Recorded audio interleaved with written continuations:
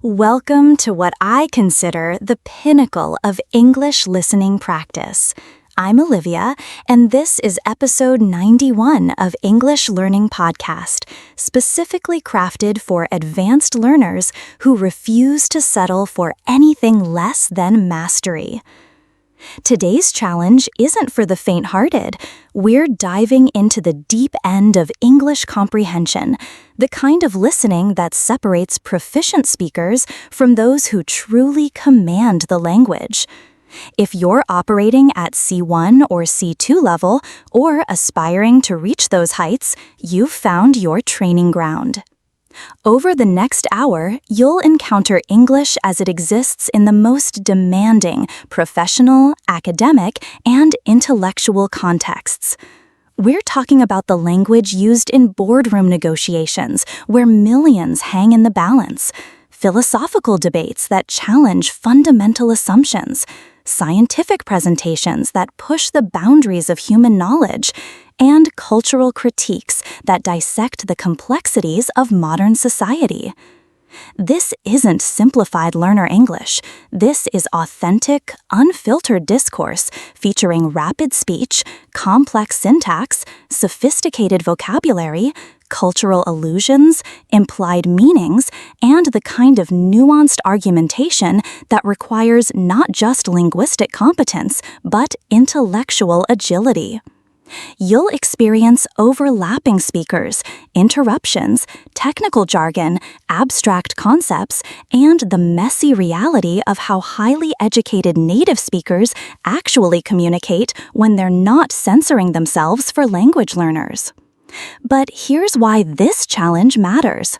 Mastering this level of listening comprehension is what transforms you from someone who speaks English well into someone who thinks and operates seamlessly in English-speaking environments. It's the difference between being understood and being taken seriously as an intellectual equal. Today's journey includes 3 progressively challenging sections: high-stakes professional scenarios, rigorous academic discourse, and sophisticated cultural analysis. Each section will test different dimensions of your advanced listening skills while exposing you to the kind of English that opens doors to the highest levels of international academia and business. Are you ready to discover what true mastery feels like? Let's begin. We begin with a corporate board meeting where 2 technology companies are negotiating a complex merger. Notice the interplay of diplomacy and aggression, the coded language, and how speakers use indirect communication to maintain relationships while pursuing conflicting interests. Chairman Reynolds: Thank you all for convening on such short notice. The urgency of Meridian Tech's proposal necessitates immediate deliberation, though I trust we'll maintain our characteristic thoroughness despite the compressed timeline. CEO Harrison, Megacorp: Jim, I appreciate the expedited process, but let's be unambiguous about the stakes here. We're not just discussing a merger, we're contemplating a fundamental restructuring of the competitive landscape in enterprise software. The ramifications extend far beyond our immediate stakeholders.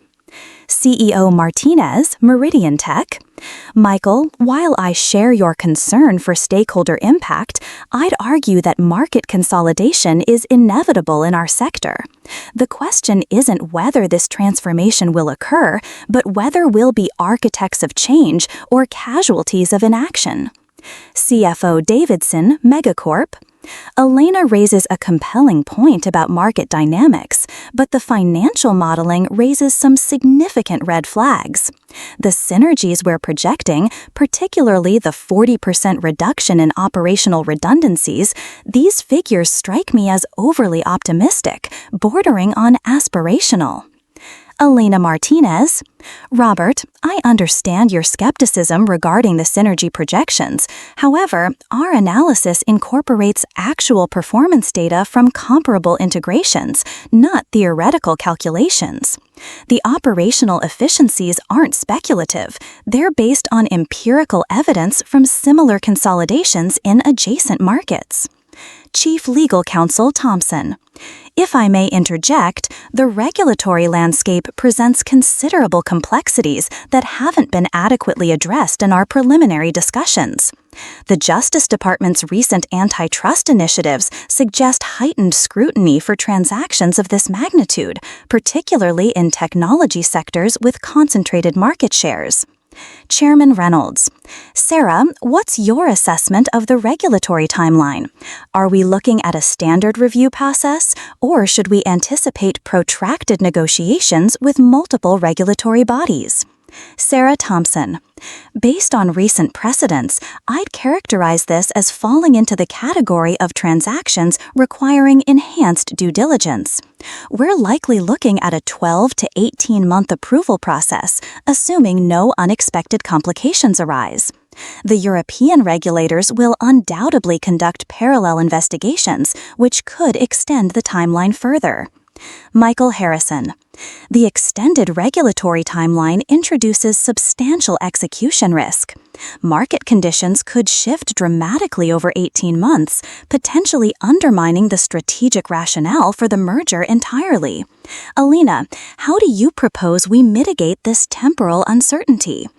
Michael, that's precisely why we're advocating for a collar structure with indexed valuations tied to performance metrics rather than static pricing.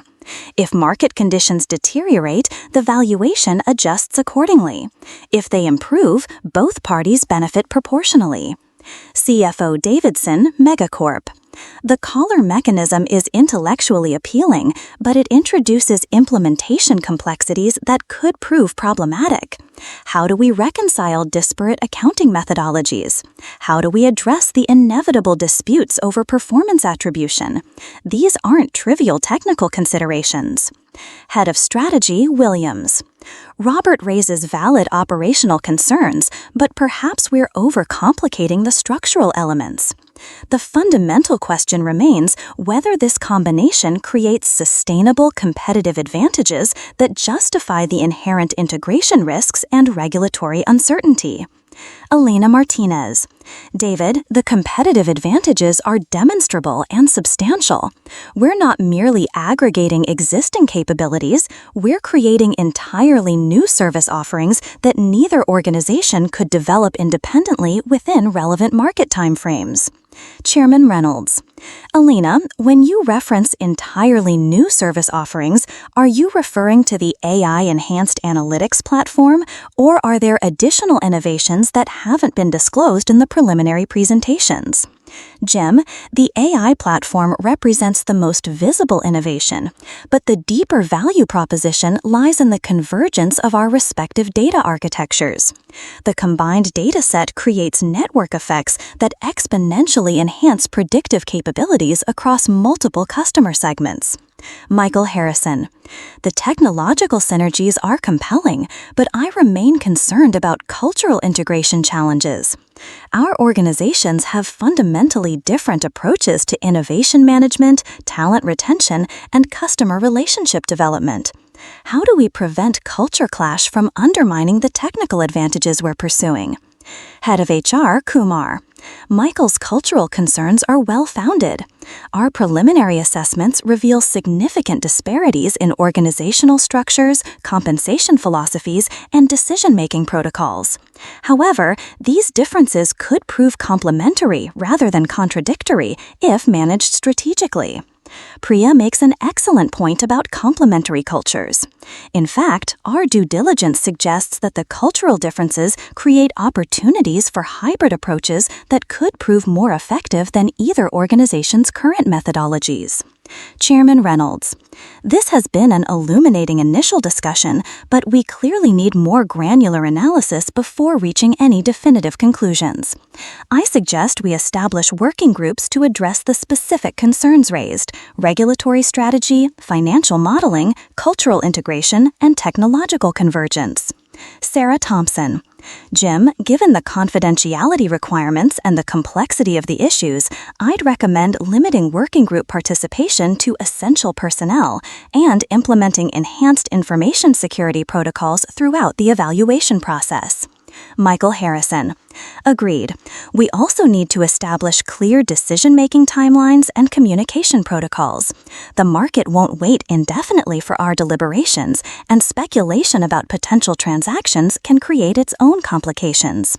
Elena Martinez: Michael, we're fully aligned on the need for expeditious but thorough evaluation. Perhaps we could reconvene in 10 days with preliminary working group findings and a more detailed implementation timeline. 10 days for preliminary findings seems reasonable, assuming we can maintain the necessary confidentiality while conducting accelerated due diligence. Let's adjourn for now and reconvene with more definitive data and recommendations. Notice how this conversation demonstrates advanced business English.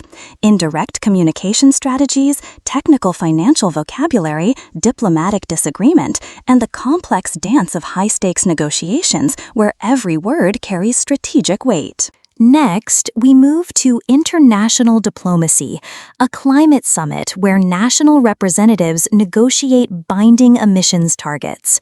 Observe the multilateral complexity, the tension between national interests and global imperatives, and the sophisticated rhetoric required for international consensus building.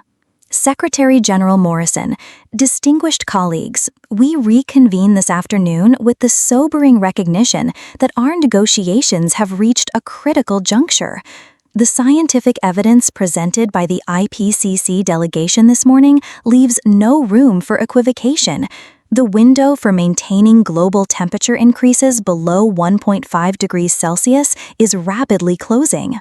Ambassador Chen, China: Secretary General Morrison, while China acknowledges the urgency conveyed by the scientific community, we must also acknowledge the practical realities constraining developing economies. The proposed emissions reduction targets, however scientifically justified, risk undermining economic development trajectories for nations still lifting populations out of poverty. Minister Johansson, Sweden: Ambassador Chen, with respect, the economic development argument, while historically valid, becomes increasingly untenable when weighed against existential climate risks. The Nordic countries' experience demonstrates that aggressive emissions reductions can coincide with sustained economic growth when coupled with strategic investments in renewable technologies. Ambassador Patel, India: Minister Johansson, the Nordic experience, while admirable, reflects economic and geographical circumstances that don't translate seamlessly to developing economies with entirely different infrastructure legacies, population densities, and industrial requirements. India supports ambitious climate action, but within frameworks that acknowledge differentiated responsibilities and capabilities. Secretary of State Williams: Ambassador Patel raises legitimate concerns about differentiated responsibilities, but we must also recognize that current atmospheric CO2 concentrations reflect cumulative emissions from all sources, regardless of their historical or geographical origins. The atmosphere doesn't distinguish between emissions based on developmental status. Ambassador Dubois, France: Secretary Williams, while scientifically accurate, that perspective risks overlooking the fundamental equity principles that must underpin any sustainable international agreement. The European Union supports aggressive emissions targets, but coupled with technology transfer mechanisms and climate financing that enable developing countries to leapfrog carbon-intensive development pathways. Minister Okafor, Nigeria: Ambassador Dubois, the technology transfer commitments made in previous agreements have largely failed to materialize at the scale and speed necessary for meaningful impact. Nigeria and other African nations require concrete implementation mechanisms with enforceable timelines, not additional aspirational commitments. Ambassador Chen, Minister Okafor identifies a crucial implementation deficit that undermines confidence in multilateral climate frameworks. China proposes binding technology transfer requirements with measurable targets and financial penalties for non-compliance by developed nations. Secretary of State Williams, Ambassador Chen, while the United States supports technology transfer acceleration, binding penalties introduce sovereignty concerns that could prove counterproductive. We prefer incentive-based mechanisms that encourage voluntary compliance through competitive advantages rather than punitive measures. Prime Minister Cele, Brazil, Secretary Williams, voluntary mechanisms have proven insufficient for addressing the scale and urgency of climate challenges. Brazil supports mandatory frameworks, but with recognition that forest conservation and carbon sequestration represent equivalent contributions to emissions reduction targets. Minister Johansson, Prime Minister Cele, forest conservation is undoubtedly crucial, but accounting methodologies for natural carbon sequestration remain problematic. How do we ensure permanence of forest carbon storage? How do we address leakage effects when conservation in one region drives deforestation in another? Ambassador Patel, Minister Johansson raises valid technical concerns, but these accounting challenges shouldn't preclude recognition of natural climate solutions. India proposes hybrid approaches, combining verifiable emissions reductions with scientifically validated sequestration credits subject to enhanced monitoring and verification protocols. Secretary General Morrison, the technical complexities Ambassador Patel references highlight the need for enhanced scientific coordination alongside political negotiations.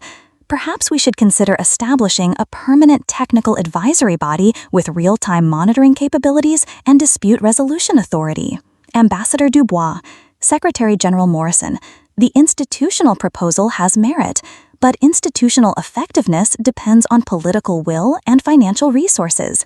The European Union would support such a body contingent on guaranteed funding commitments and operational independence from political interference.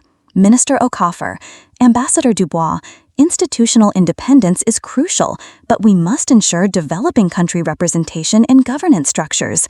African nations won't support technical bodies dominated by developed countries, regardless of funding commitments or operational mandates. Secretary of State Williams, Minister Okafor's governance concerns are legitimate.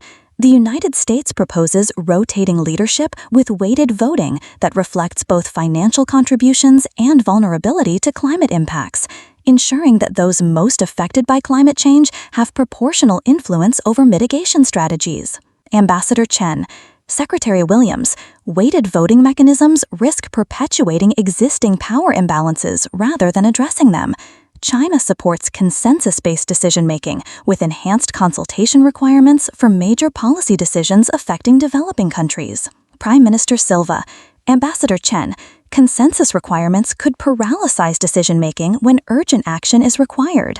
Brazil supports qualified majority voting with minority protection provisions and mandatory impact assessments for developing countries. Secretary General Morrison, these governance discussions highlight the fundamental tension between effectiveness and legitimacy in international institutions. Perhaps we should focus on areas where consensus already exists and build institutional trust through successful implementation of limited but achievable targets.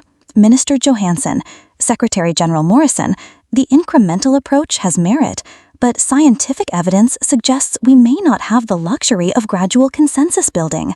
Climate tipping points operate independently of political timelines, and institutional trust becomes irrelevant if we exceed critical temperature thresholds. Ambassador Patel, Minister Johansson's urgency is well-founded, but institutional legitimacy affects implementation capacity. Agreements without broad-based support risk becoming aspirational documents rather than operational frameworks, potentially undermining long-term climate action rather than accelerating it. Secretary General Morrison, this tension between urgency and legitimacy appears to be a recurring theme in our negotiations. I suggest we adjourn today's session and reconvene tomorrow with more specific proposals for addressing both the scientific imperatives and the political realities that constrain our options. This diplomatic exchange illustrates the sophisticated discourse required for international negotiations: multilateral perspective-taking, technical precision, diplomatic euphemisms, and the complex balance between national interests and global imperatives. Our final professional scenario takes us to an academic conference where leading experts debate the ethical implications of artificial intelligence. Notice the interdisciplinary complexity, the theoretical sophistication, and the way experts navigate disagreements while building on each other's arguments. Moderator, Professor Martinez. Good afternoon, colleagues. Today's panel addresses one of the most pressing intellectual challenges of our era: the ethical frameworks necessary for governing artificial intelligence systems that increasingly influence fundamental aspects of human experience. Our distinguished panelists bring perspectives from philosophy, computer science, law, and cognitive science to bear on these complex questions. Professor Chen, Philosophy, Oxford. Thank you, Maria. I'd like to begin by challenging a fundamental assumption that often underlies these discussions: the notion that we can develop ethical frameworks for AI systems independently of broader questions about moral agency, consciousness, and the nature of responsibility itself. The question isn't simply how to make AI systems behave ethically, but whether our existing ethical categories are adequate for entities that may possess forms of intelligence that are fundamentally alien to human cognitive architectures. Dr. Williams, Computer Science, MIT. Angela raises fascinating ontological questions, but from an engineering perspective, we face more immediate practical challenges. Current AI systems, regardless of their ultimate metaphysical status, are already making decisions that affect human welfare in domains ranging from healthcare to criminal justice. We need actionable ethical frameworks now, not after we resolve fundamental questions about machine consciousness that may remain intractable for decades. Professor Johnson, Law, Harvard. David's pragmatic concerns are well taken, but legal frameworks require conceptual clarity about agency and responsibility that Angela's philosophical analysis suggests we currently lack. How do we assign liability for decisions made by systems whose decision-making processes are opaque even to their creators? How do we ensure due process when algorithmic decisions affect fundamental rights but operate through mechanisms that resist human comprehension? Dr. Patel, Cognitive Science, Stanford. Margaret's legal concerns highlight a crucial epistemological challenge. Our ethical and legal frameworks assume forms of transparency and accountability that may be incompatible with the distributed, emergent decision-making processes characteristic of advanced AI systems. The human cognitive biases that shape our notions of fairness and responsibility may prove systematically inadequate for evaluating AI behavior. Professor Chen. Priya's point about cognitive biases is particularly salient because it suggests that the problem isn't simply technical but involves fundamental limitations in human moral reasoning itself. If our ethical intuitions evolved for evaluating other humans in small-scale social contexts, how reliable are those intuitions for evaluating systems that operate at scales and speeds that exceed human cognitive capacities? Dr. Williams, Angela, while acknowledging the limitations of human moral reasoning, we shouldn't let philosophical perfectionism paralyze practical action. Engineering ethics has always involved working with imperfect frameworks and iteratively improving them based on empirical outcomes. We can begin with existing ethical principles, beneficence, non-maleficence, autonomy, justice, and adapt them based on experience with AI systems. Professor Johnson. David's iterative approach has merit, but legal systems require predictability and consistency that iterative adaptation may undermine. Moreover, the stakes of getting AI ethics wrong, particularly in domains like autonomous weapons or predictive policing, may be too high for experimental approaches that treat human welfare as data points in iterative improvement processes. Dr. Patel, Margaret raises crucial concerns about stakes and experimentation, but cognitive science research suggests that human decision-making in high-stakes domains is already significantly flawed.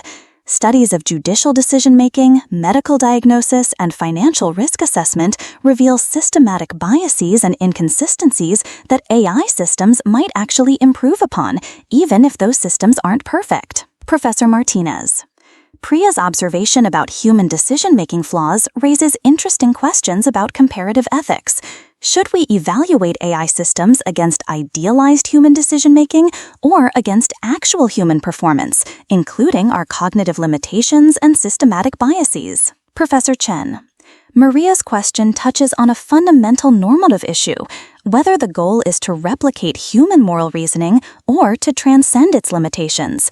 If human moral reasoning is systematically flawed, perhaps we should aspire to AI systems that make better moral decisions than humans typically do, even if those decisions don't align with human moral intuitions. Dr. Williams. Angela's transcendence approach is intellectually appealing, but practically problematic. AI systems that make moral decisions incomprehensible to humans raise democratic legitimacy concerns, particularly when those systems affect public policy or legal proceedings. Citizens in democratic societies have rights to understand and contest decisions that affect them. Professor Johnson, David's democratic concerns are well-founded, but they may conflict with effectiveness concerns. If AI systems can make more accurate medical diagnoses or more equitable resource allocation decisions than human experts, do we have moral obligations to use those systems even if their decision-making processes aren't fully transparent to affected parties? Dr. Patel, Margaret's question highlights tensions between different ethical principles: transparency versus effectiveness, human agency versus optimal outcomes.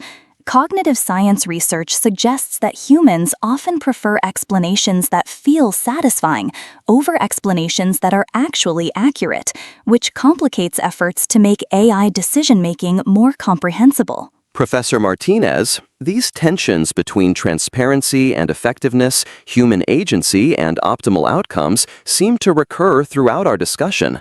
Are these irreconcilable conflicts, or might there be synthesis approaches that honor multiple values simultaneously? Professor Chen, Maria's question about synthesis is crucial because it suggests that the either-or framing may itself be problematic.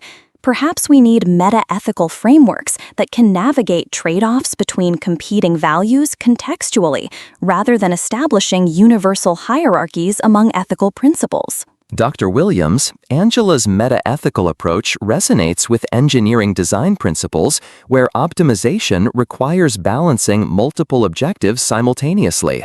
We might develop AI systems with configurable ethical parameters that allow different stakeholders to prioritize different values based on context and application domain. Professor Johnson, David's configurable approach is intriguing, but raises questions about who gets to configure ethical parameters and based on what authority. Democratic input into AI ethics might require new institutional mechanisms that don't currently exist in most political systems. Margaret's institutional concerns suggest that AI ethics isn't just a technical or philosophical challenge, but a fundamentally political one, requiring new forms of collective decision-making and democratic participation that account for cognitive limitations and systematic biases in human judgment. This observation about the political dimensions of AI ethics seems like an appropriate point for wrapping up today's discussion. The complexity of these issues clearly requires continued interdisciplinary collaboration and public engagement as these technologies continue to evolve. This academic panel demonstrates the highest levels of intellectual discourse, theoretical sophistication, interdisciplinary synthesis, nuanced argumentation, and the ability to build complex ideas collaboratively while maintaining scholarly disagreement. We transition now to pure academic discourse, a graduate philosophy seminar examining consciousness and personal identity. This represents English at its most abstract and intellectually demanding, requiring not just linguistic competence but philosophical sophistication. Professor Davidson, today we're examining Derek Parfit's reductionist account of personal identity and its implications for moral responsibility, particularly as articulated in Reasons and Persons. I'd like to begin by considering whether Parfit's psychological continuity criterion can adequately address the persistence of moral agency across time, especially in light of recent neuroscientific evidence about the constructed nature of autobiographical memory. Graduate student Sarah. Professor Davidson, if we accept Parfit's claim that personal identity is fundamentally illusory, that what we consider the unified self is actually a series of connected but distinct psychological states, doesn't this undermine not just moral responsibility, but the entire phenomenological structure of conscious experience itself? Professor Davidson, Sarah raises a crucial phenomenological objection. The felt sense of unified consciousness does seem to resist Parfit's reductionist analysis, but we need to distinguish between the phenomenology of selfhood and its ontological status. The persistence of selfhood as an experienced phenomenon doesn't necessarily vindicate its metaphysical reality. Graduate student Marcus. But Professor Davidson, doesn't that distinction between phenomenology and ontology presuppose a problematic dualism? If consciousness is fundamentally embodied, as enactivist cognitive science suggests, then the phenomenological unity of experience might be constitutive of personal identity rather than merely epiphenomenal. Visiting scholar Dr. Chen. Marcus's enactivist approach is intriguing, but it may conflate different levels of analysis. The embodied nature of cognition doesn't necessarily support strong claims about personal identity persistence. Neural plasticity research suggests that even embodied cognitive processes are subject to continuous reconstruction that might undermine rather than support identity persistence. Dr. Chen, but if we take embodiment seriously, we can't treat neural plasticity as undermining identity persistence without falling into a reductive physicalism that ignores the emergent properties of consciousness. The enactivist approach suggests that identity emerges from dynamic coupling between organism and environment rather than residing in static neural configurations. Professor Davidson, Sarah's emergentist account is sophisticated, but it faces what I call the grain problem.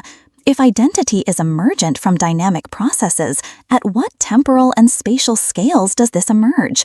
Are we conscious beings, or conscious moments, or conscious events? The boundaries seem arbitrary. Graduate student Marcus. Professor Davidson, the grain problem might actually support rather than undermine emergentist approaches.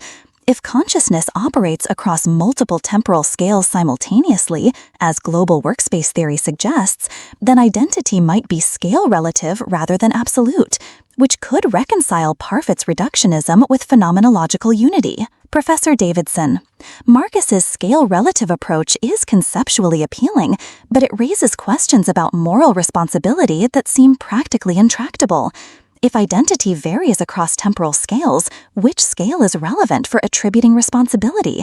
Do we hold responsible the person moment, the person day, the person year? Graduate student Jessica. Dr. Chen, perhaps the practical intractability of scale-relative responsibility attributions reveals something important about moral responsibility itself, that it's a pragmatic construction rather than a metaphysical fact. This might align with Strawson's reactive attitudes approach better than traditional desert-based theories. Professor Davidson, Jessica's Strawsonian move is clever, but it may collapse into relativism if moral responsibility becomes purely pragmatic. How do we distinguish legitimate from illegitimate responsibility attributions if the criteria are contextual rather than metaphysically grounded? Dr. Chen, but doesn't the metaphysical grounding approach face equally serious problems?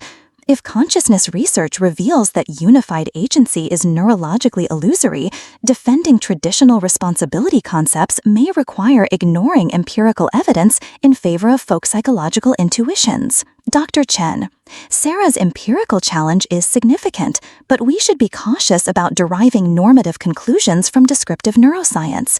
The naturalistic fallacy applies here. The fact that neuroscience reveals consciousness to be constructed doesn't automatically entail that moral responsibility is illegitimate. Graduate student Marcus, Dr. Chen, but if we're really committed to naturalism, shouldn't our moral concepts be revisable in light of empirical discoveries? The persistence of folk psychological concepts, despite scientific disconfirmation, might reflect cognitive conservatism rather than philosophical insight.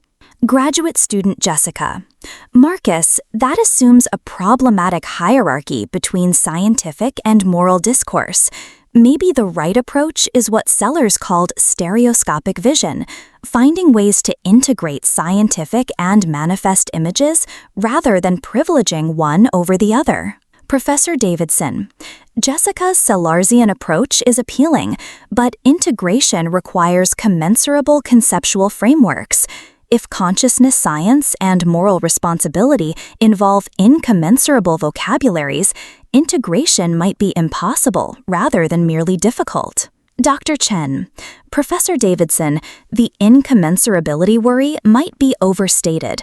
Recent work in moral psychology suggests that our responsibility practices are more flexible and context-sensitive than traditional philosophical theories suggest, which might provide resources for integration. Graduate student Sarah, Dr. Chen, but if responsibility practices are that flexible, don't we risk losing any normative constraints? Without some principled basis for responsibility attributions, moral evaluation becomes arbitrary power assertion rather than legitimate normative assessment. Graduate student Marcus, Sarah, maybe that's not a bug but a feature. If power relations are inevitable in moral evaluation, acknowledging them explicitly might be more honest than pretending that responsibility attributions are politically neutral metaphysical discoveries. Professor Davidson, Marcus's political analysis is thought-provoking, but it seems to conflate descriptive and normative claims about power. The fact that responsibility attributions involve power relations doesn't necessarily delegitimize the normative authority of those attributions. Graduate student Jessica, Professor Davidson, but if we take seriously the idea that moral concepts are historically and culturally variable, as genealogical approaches suggest, then claims about normative authority might reflect parochial assumptions rather than universal truths. Dr. Chen, Jessica's genealogical approach raises important questions about moral epistemology, but it may be self-undermining. If all normative claims reflect parochial assumptions, doesn't that include the genealogical critique itself?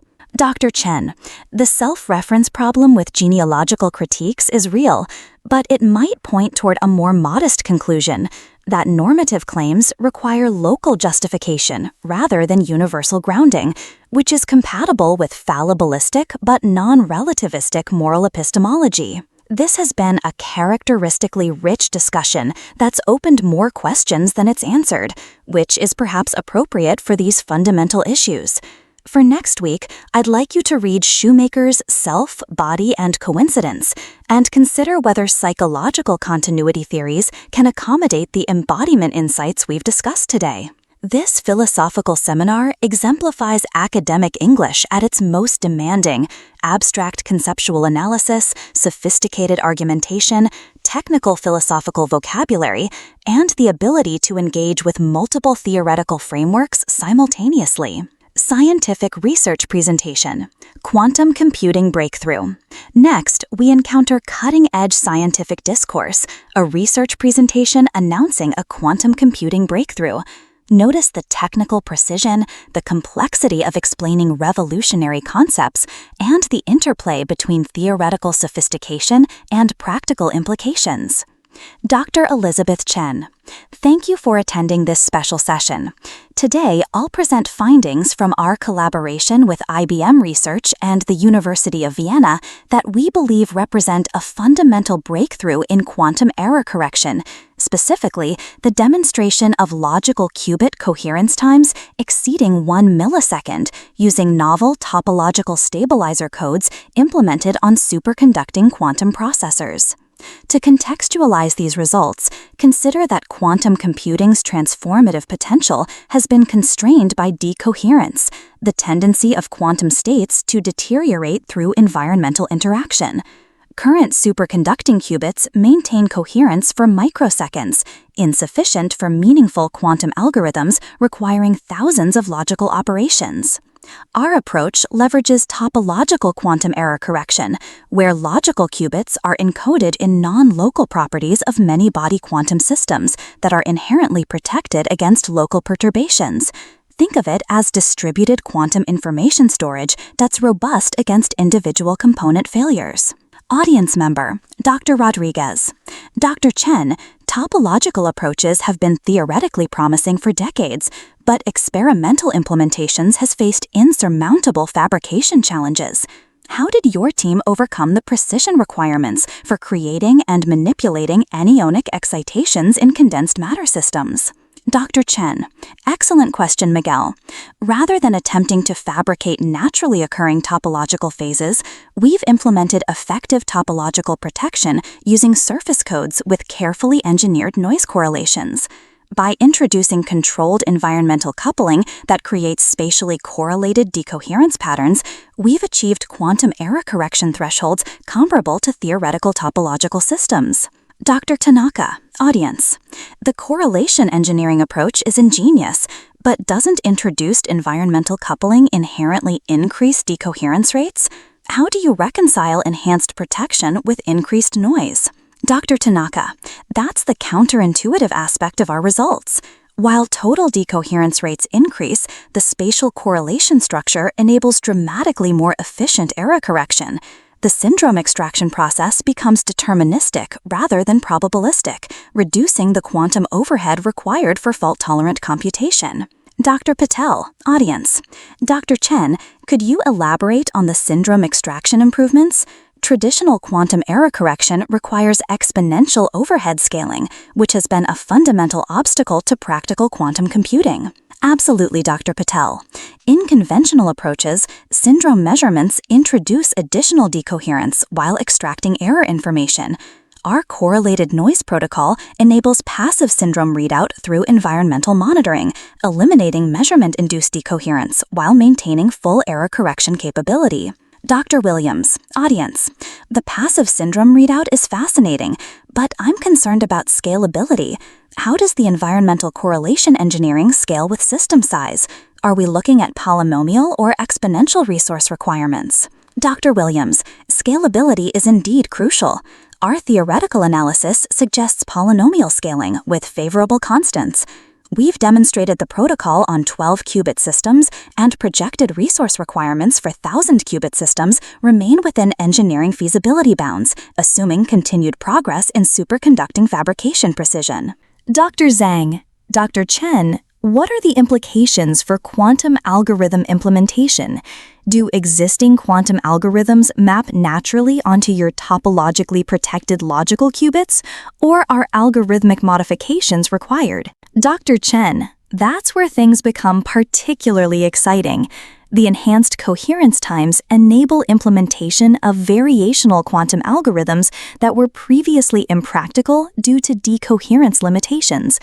We've successfully implemented quantum approximate optimization algorithms with circuit depths exceeding 1,000 gates, unprecedented for near-term quantum devices. The algorithmic implications are remarkable, but I'm curious about the physical implementation details.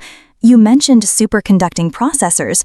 Are you using transmon qubits, flux qubits, or novel architectures specifically designed for topological protection? Miguel, we're using modified transmon architectures with additional coupling circuitry that enables the correlated environmental interactions.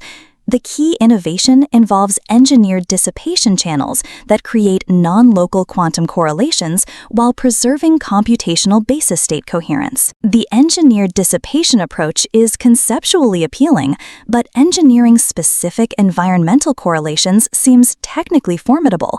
What fabrication tolerances are required, and how robust is the protection against parameter variations? Dr. Tanaka, fabrication requirements are demanding but achievable with current lithographic precision.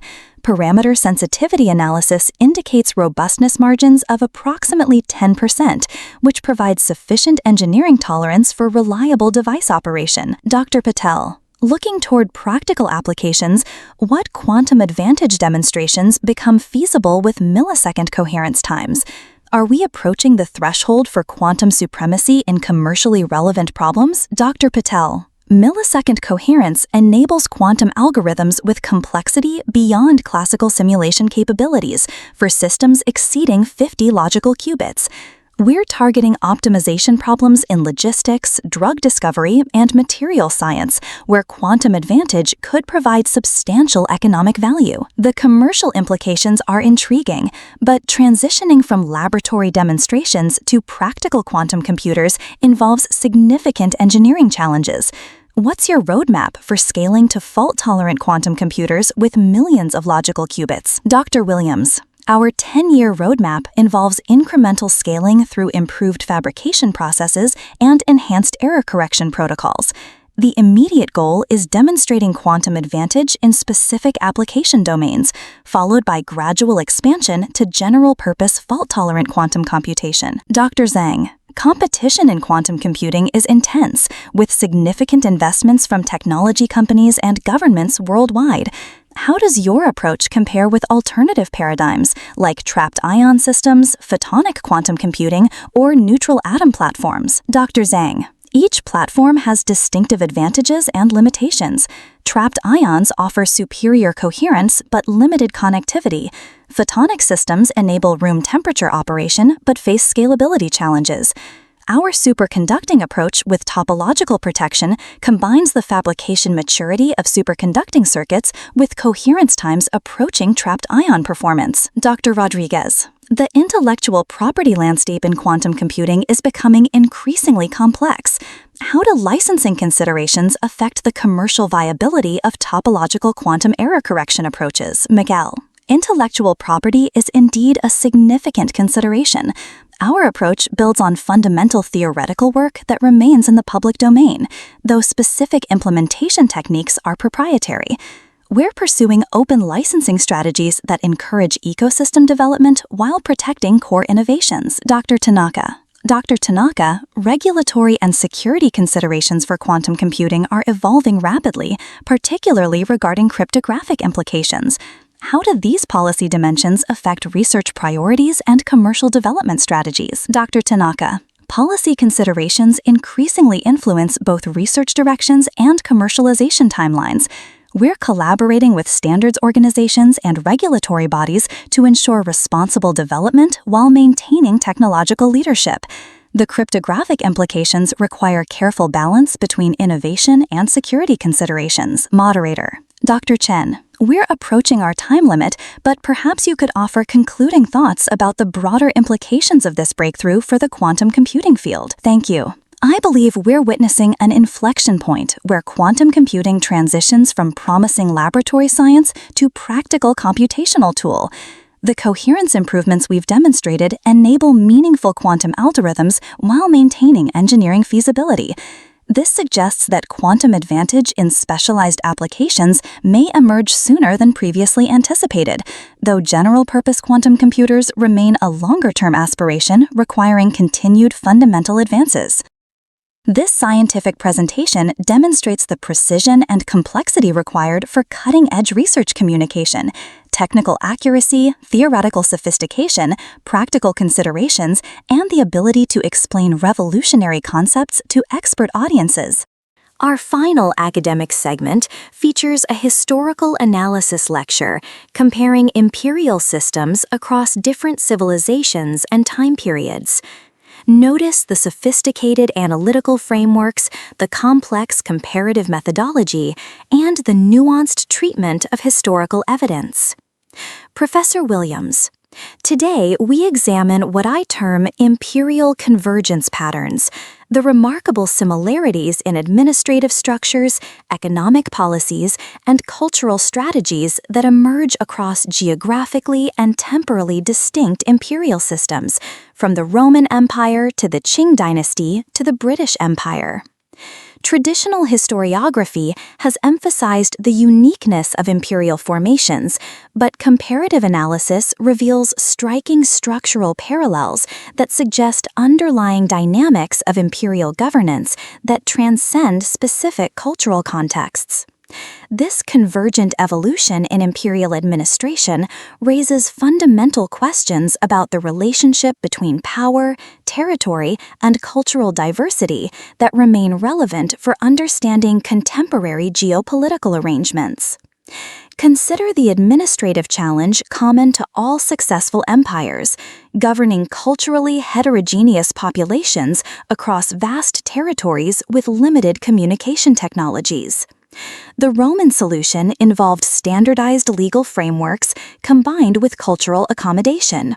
Roman law provided universal governance, while local customs were preserved in non-essential domains. The Qing dynasty faced analogous challenges, governing Han Chinese, Mongols, Tibetans, and numerous other ethnic groups. Their solution involved what modern scholars term multi-ethnic imperial ideology, a hierarchical system that preserved cultural distinctions while integrating diverse populations into unified administrative structures. The British Empire, despite different historical circumstances, developed remarkably similar strategies. Indirect rule that preserved local power structures while imposing unified legal and economic frameworks, combined with cultural policies that accommodated diversity within imperial unity. These convergent patterns suggest that imperial governance involves universal challenges that generate similar institutional responses despite radically different cultural contexts. The implications extend beyond historical analysis to contemporary questions about globalization, international governance, and the management of cultural diversity within political unions. However, we must also examine where imperial systems diverged, particularly in their approaches to cultural assimilation versus accommodation. The Roman Empire ultimately pursued cultural homogenization through citizenship extension and Latin language promotion. The Qing dynasty maintained explicit ethnic hierarchies while preserving cultural boundaries. The British Empire developed hybrid approaches that varied significantly across different colonial contexts.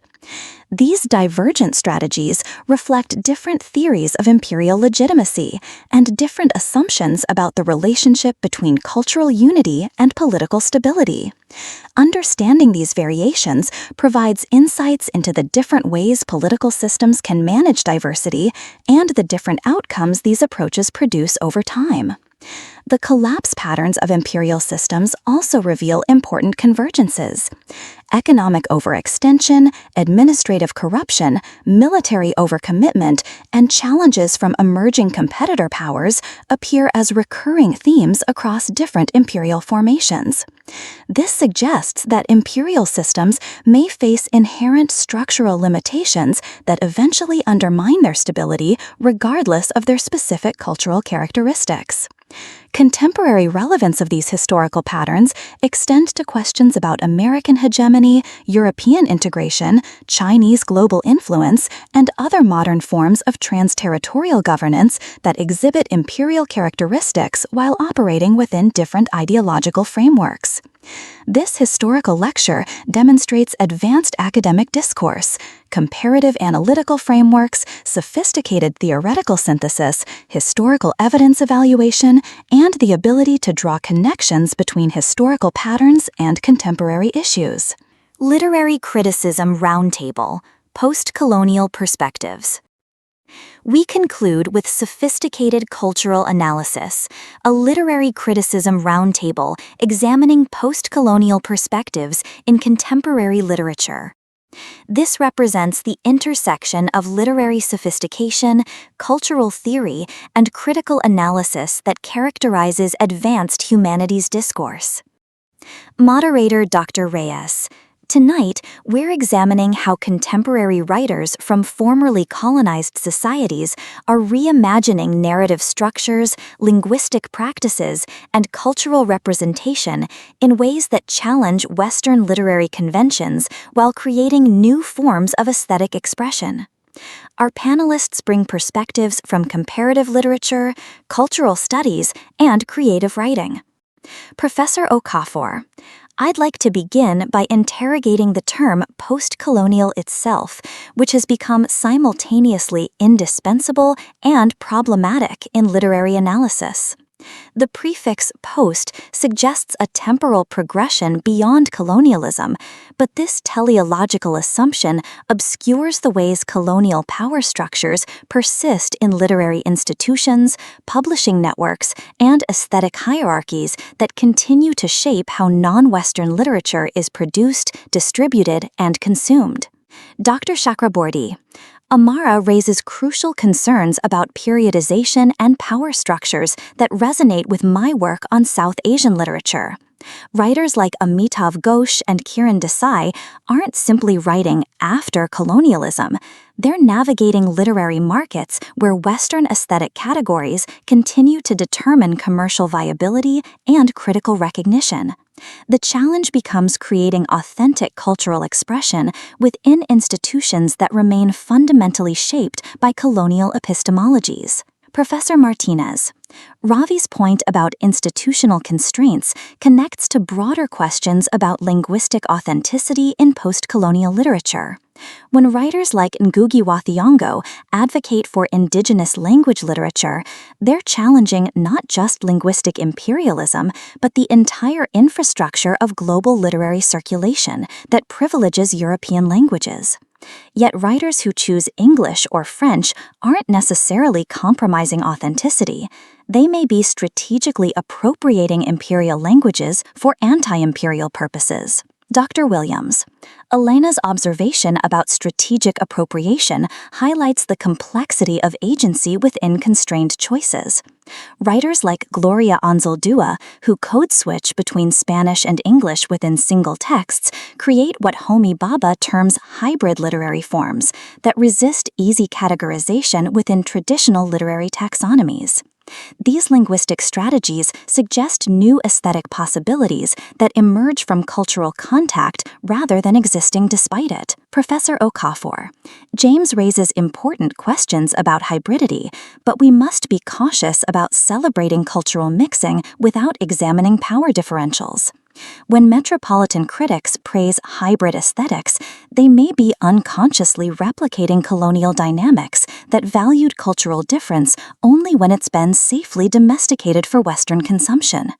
The challenge is distinguishing between genuine innovation and what might be called exotic post-colonialism that confirms rather than challenges Western expectations. Dr. Chakraborty, Amara's concern about exotic post-colonialism resonates with recent debates about world literature as a category that may inadvertently reproduce hierarchical relationships between center and periphery.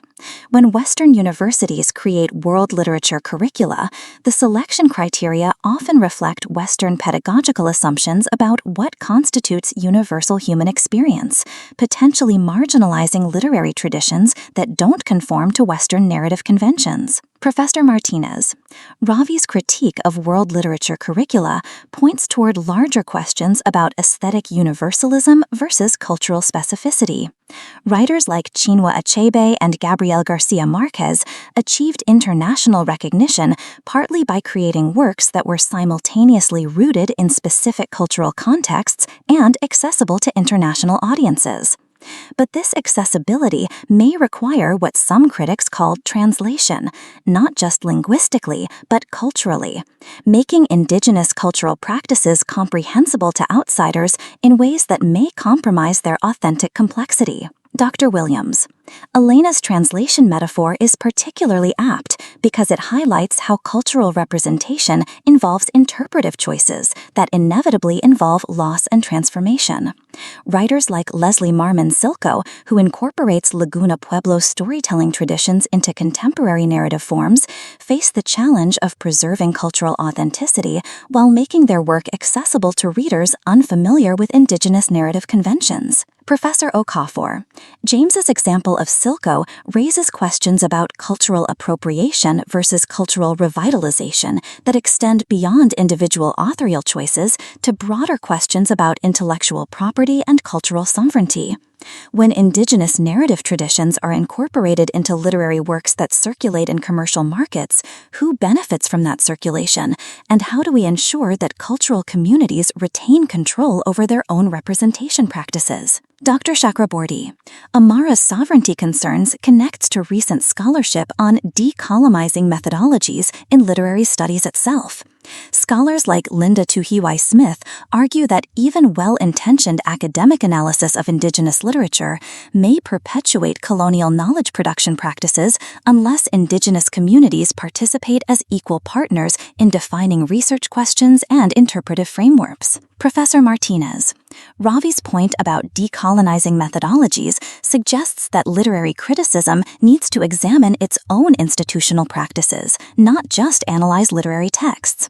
When Western universities hire scholars to teach post-colonial literature, they may be creating academic positions that depend on maintaining the very categories and hierarchies that post-colonial literature seeks to challenge. Dr. Tabakorti, Elena's institutional critique raises uncomfortable questions about academic complicity in systems we claim to critique.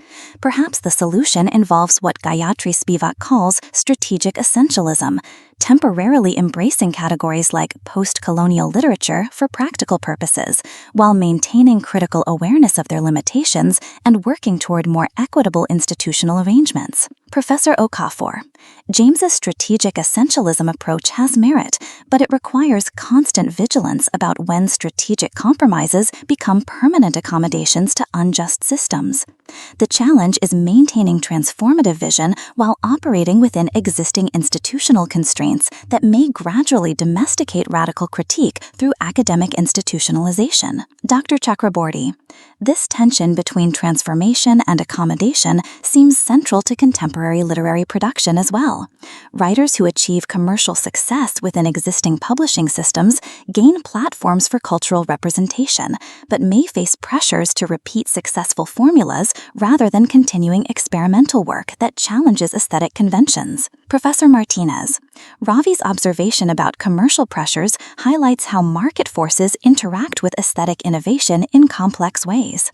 Publishers' expectations about audience preferences may constrain literary experimentation, but commercial success can also provide resources for more experimental work and create opportunities for other writers from marginalized communities. Moderator Dr. Veyes, these tensions between innovation and constraint, authenticity and accessibility, transformation and accommodation seem to recur throughout our discussion.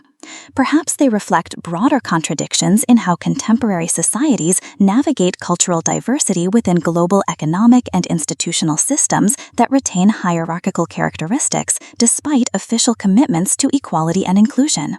This literary roundtable exemplifies sophisticated cultural analysis, theoretical sophistication, nuanced argumentation, interdisciplinary synthesis, and the ability to navigate complex questions about culture, power, and representation. Our final segment features a philosophical debate about technology and human flourishing, a contemporary issue that requires both theoretical sophistication and practical wisdom.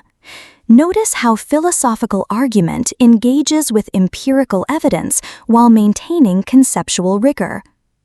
Professor Sterling, tonight's debate examines whether digital technologies enhance or diminish human flourishing, broadly conceived as the realization of distinctively human capacities for reason, creativity, social connection, and moral development.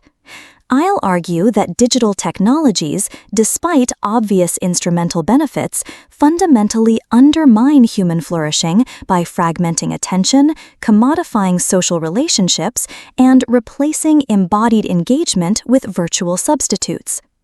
Professor Chen, David's position reflects what I consider a nostalgic romanticism about pre-digital human experience that ignores both the limitations of traditional social arrangements and the genuine enhancements that digital technologies provide for human capabilities.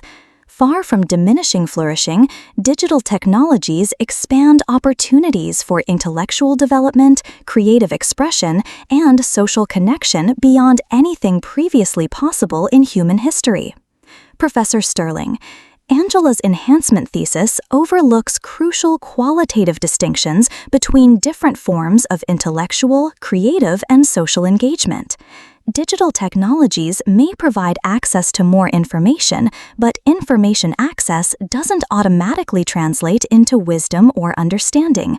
Similarly, digital social connections may increase the quantity of interpersonal contact while diminishing the quality of genuine intimacy and mutual commitment that characterize flourishing social relationships. David's qualitative distinctions assume a problematic hierarchy between supposedly authentic offline experiences and supposedly artificial digital experiences. But this binary ignores how digital technologies can enhance rather than replace embodied engagement. Virtual reality applications in education, telemedicine, and artistic expression create new forms of meaningful experience rather than pale substitutes for traditional activities. Professor Sterling, Angela's examples are compelling in specific domains, but they avoid the broader existential question about how digital technologies reshape fundamental structures of human experience. Constant connectivity creates what Sherry Turkle calls continuous partial attention that prevents the sustained focus necessary for deep intellectual work, contemplative reflection, and meaningful interpersonal engagement. Professor Chen, David's attention fragmentation concern has empirical merit, but it reflects adaptation challenges rather than inherent technological limitations. Just as literacy required developing new cognitive skills for processing written information, digital fluency involves learning to navigate information-rich environments effectively. Research on digital natives suggests that younger generations are developing sophisticated multitasking abilities that may represent cognitive evolution rather than degradation. Professor Sterling, Angela's evolutionary adaptation argument is speculative and potentially dangerous. Even if humans can adapt to digital environments, that doesn't demonstrate that such adaptation promotes flourishing. Cocaine addiction also involves neural adaptation, but we don't conclude that cocaine enhances human well-being. The question isn't whether adaptation is possible, but whether specific adaptations support or undermine distinctively human capabilities. Professor Chen, David's addiction analogy is inflammatory and unproductive. Digital technology use exists on a spectrum from pathological to enhancing, just like any other human activity. The challenge is developing ethical frameworks for distinguishing beneficial from harmful uses rather than rejecting entire technological categories based on their most problematic manifestations. Professor Sterling, Angela's spectrum approach sounds reasonable, but evades fundamental questions about whether digital technologies are inherently compatible with human flourishing. Technologies aren't value-neutral tools. They embody particular assumptions about human nature and social organization that shape their users in ways that may be incompatible with flourishing, regardless of specific usage patterns. Professor Chen, David's non-neutrality thesis has merit, but it applies equally to traditional technologies like writing, printing, and industrial production that fundamentally transformed human societies. The question isn't whether technologies shape human experience, they obviously do, but whether specific transformations enhance or diminish human capabilities over time. Professor Sterling, Angela's historical analogy misses crucial differences between digital technologies and previous technological revolutions. Writing and printing enhanced human memory and communication while preserving fundamental structures of embodied social engagement. Digital technologies create virtual environments that can completely replace rather than enhance embodied experience, raising unprecedented questions about the relationship between authentic and simulated experience.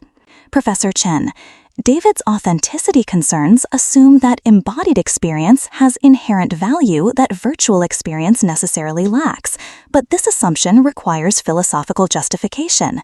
If human flourishing involves realizing rational, creative, and social capacities, virtual environments that effectively support these capabilities may be equally valuable regardless of their digital mediation. Professor Sterling, Angela's functionalist approach reduces human flourishing to capability realization while ignoring the existential dimensions of authentic selfhood that require embodied engagement with material reality and genuine moral relationships with other persons. Virtual environments may simulate these experiences but cannot provide their essential ontological foundations. Professor Chen, David's ontological claims about embodiment and authenticity reflect particular philosophical commitments that aren't universally shared. Phenomenological research suggests that virtual experiences can generate genuine intellectual, social engagement that participants experience as meaningful and valuable regardless of their digital mediation. Professor Sterling, Angela's phenomenological evidence conflates subjective experience with objective value. People may experience virtual environments as meaningful, but subjective satisfaction doesn't establish objective worth. Flourishing involves realizing distinctively human capacities in appropriate contexts, not merely generating satisfying experiences through whatever means available. Professor Chen, David's objective-subjective distinction requires criteria for determining which experiences have objective worth that don't obviously privilege traditional over digital activities. If criteria include intellectual development, creative expression, and social connection, many digital activities score highly on these measures compared to traditional alternatives. Professor Sterling, Angela's criteria ignores essential aspects of human flourishing, the development of character virtues like courage, temperance, and justice that require embodied moral practice in contexts involving genuine risk and commitment. Virtual environments may simulate moral choices but cannot provide authentic moral development opportunities. Professor Chen, David's virtue ethics approach is appealing, but it assumes that traditional contexts for moral development are necessarily superior to emerging digital contexts. Online communities face genuine moral challenges involving privacy, consent, and digital citizenship that require developing new virtues appropriate to contemporary social realities. Moderator, this debate illustrates the complexity of evaluating technological change within philosophical frameworks that were developed before digital technologies existed. Perhaps the most productive approach involves continued dialogue between philosophical reflection and empirical research as these technologies continue to evolve. This philosophical debate demonstrates the highest levels of argumentative sophistication, theoretical rigor, conceptual precision, evidence integration, and the ability to maintain philosophical disagreement while building complex arguments collaboratively. Your advanced listening achievement. Congratulations! You've just completed one of the most demanding listening comprehension challenges available in English language education. Over the past hour, you've engaged with discourse that operates at the highest levels of professional, academic, and intellectual sophistication. Let's acknowledge what you've accomplished. You followed complex multi-party negotiations where speakers use diplomatic language to pursue conflicting interests while maintaining strategic relationships. You've tracked sophisticated philosophical arguments that build on centuries of theoretical development while engaging with contemporary empirical research. You've navigated technical scientific presentations that explain revolutionary concepts using specialized vocabulary and advanced mathematical reasoning. You've analyzed cultural criticism that synthesizes multiple theoretical frameworks while addressing questions of power, representation, and authentic expression. This represents English language use that many educated native speakers find challenging.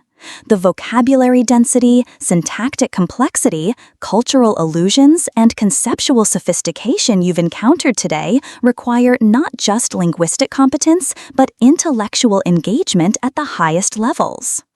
If you followed these discussions with reasonable comprehension, understanding perhaps 70–80% of the content and tracking the main argumentative developments, you're operating at true advanced proficiency. You possess listening skills that enable full participation in elite academic, professional, and intellectual communities where English serves as the lingua franca.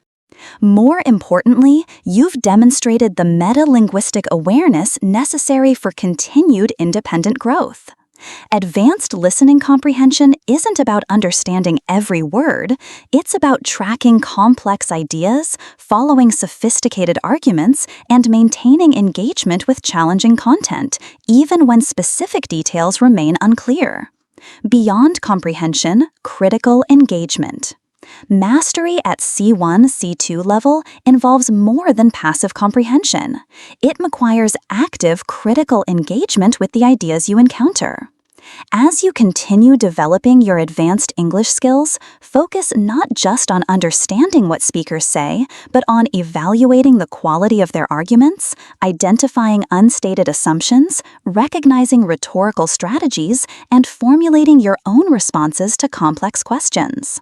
The conversations you've heard today represent different models of intellectual discourse: diplomatic negotiation, academic debate, scientific presentation, cultural criticism, and philosophical argument.